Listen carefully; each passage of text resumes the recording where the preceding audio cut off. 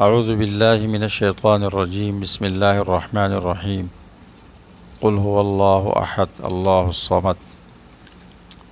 سورۃ الاخلاص یہ مکی صورت ہے، سورۃ الناس کے بعد نازل ہوئی ہے۔ نزول کے اعتبار سے 22 نمبر صورت ہے۔ یہ صورت کئی ناموں سے موسوم ہے: الاخلاص، قل هو اللہ احد، الاساس، الصمد۔ تقریباً 20 نام مفسرین نے اس کے ذکر کیے ہیں۔ یہ کثیرۃ الاسماء صورت ہے۔ الاخلاص اس کا نام اس لیے ہے کہ اس صورت میں اللہ کی توحید کو خالص کیا گیا ہے اور اللہ کی صفات، اخلاص التوحید للہ و صفاتہ، توحید خالص اور صفات خالص۔ قل هو اللہ احد اس کا نام اس لیے ہے کہ اللہ تعالیٰ نے سورت کی ابتدا ان کلمات سے کی ہے۔ الاساس اس کا نام اس لیے ہے کہ یہ توحید پر مشتمل ہے اور توحید اسلام کی اساس ہے۔ الصمد اس کا نام اس لیے ہے کہ یہ لفظ اس صورت میں موجود ہے، اللہ الصمد۔ اس صورت کا ربط پہلی صورت کے ساتھ کئی وجوہات پر ہے۔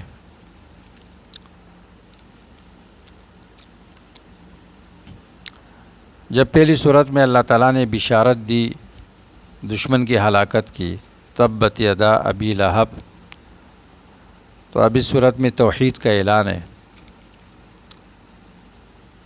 عذاب سے بچنے کے لیے نجات اللہ کی وحدانیت کو اختیار کرنا ہے، اور اشارہ اس بات کی طرف کہ اس دشمن کی ہلاکت کا سبب توحید کا انکار تھا، اور توحید مضامین قرآن کا خلاصہ ہے۔ سورت کا بنیادی مقصد بیان توحید اپنے تمام اقسام کے ساتھ اجمالاً اور شرک کے تمام اقسام پر رد۔ اللہ تعالیٰ کے اسماء میں سے اس میں احد، صمد 2 صفتوں کا ذکر ہے، اور صفات سلبیہ اس میں 3 ہے۔ سورت کی امتیازات: رد ہے کفر کے تمام اقسام پر، مشرکین اور شرک کے تمام اقسام پر۔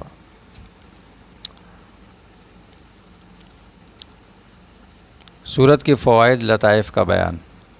سورت کا محور التوحید،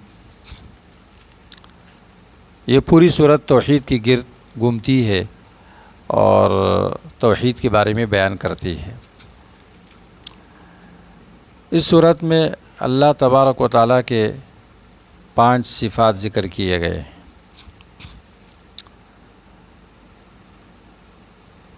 وہ واحد ہے، اس کا کوئی شریک نہیں ہے۔ احد، احد، قل هو اللہ احد، ایک ہے، اس کا کوئی شریک نہیں ہے، ایک ہے، اس کا دوسرا نہیں ہے۔ صمد، وہ کسی کا محتاج نہیں ہے، سب اس کے محتاج ہے، نہ اس کی ابتدا ہے نہ اس کی انتہا ہے، اور نہ اس کا مثیل اور شبیہ ہے۔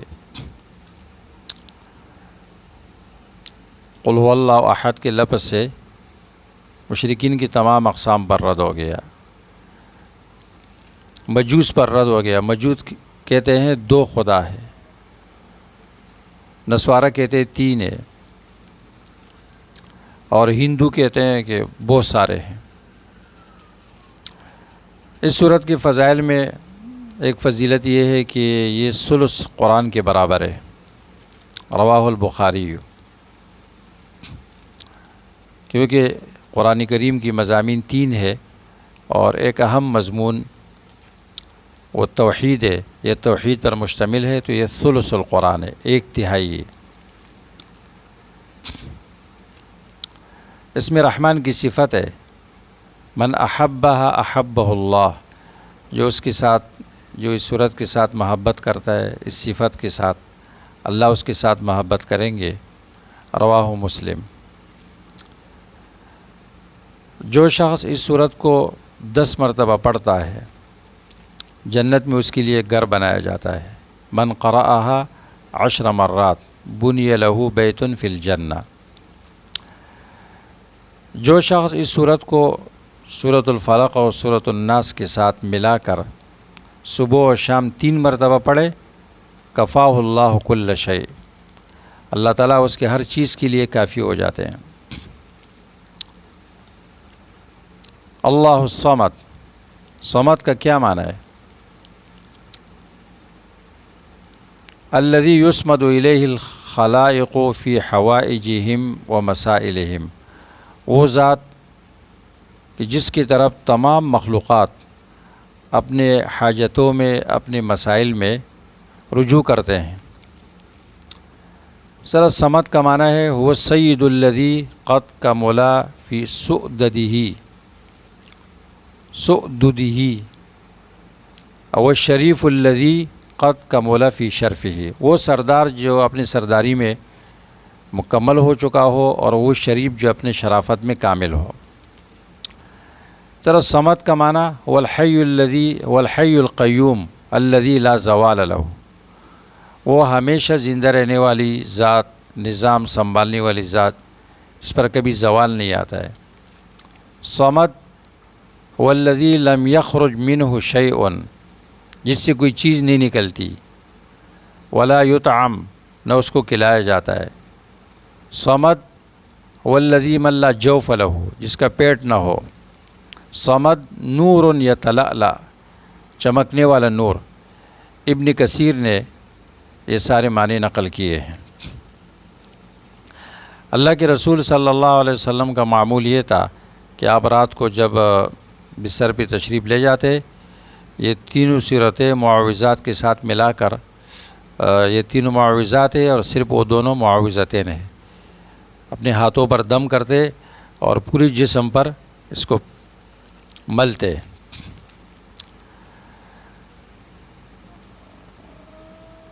اس میں مکمل طریقے سے اللہ کا تعارف کرایا گیا ہے، اور قل هو اللہ احد اللہ الصمد لم یلد ولم یولد ولم یکن لہ کفوا احد، یہ اللہ کا تعارف ہے۔ اس لیے اپنے بچوں کو اس کا معنی سکھانا چاہیے، اس کا مقصد سکھانا چاہیے، اس پر عقیدہ رکھنا چاہیے۔ اس صورت کی بہت بڑی اہمیت ہے۔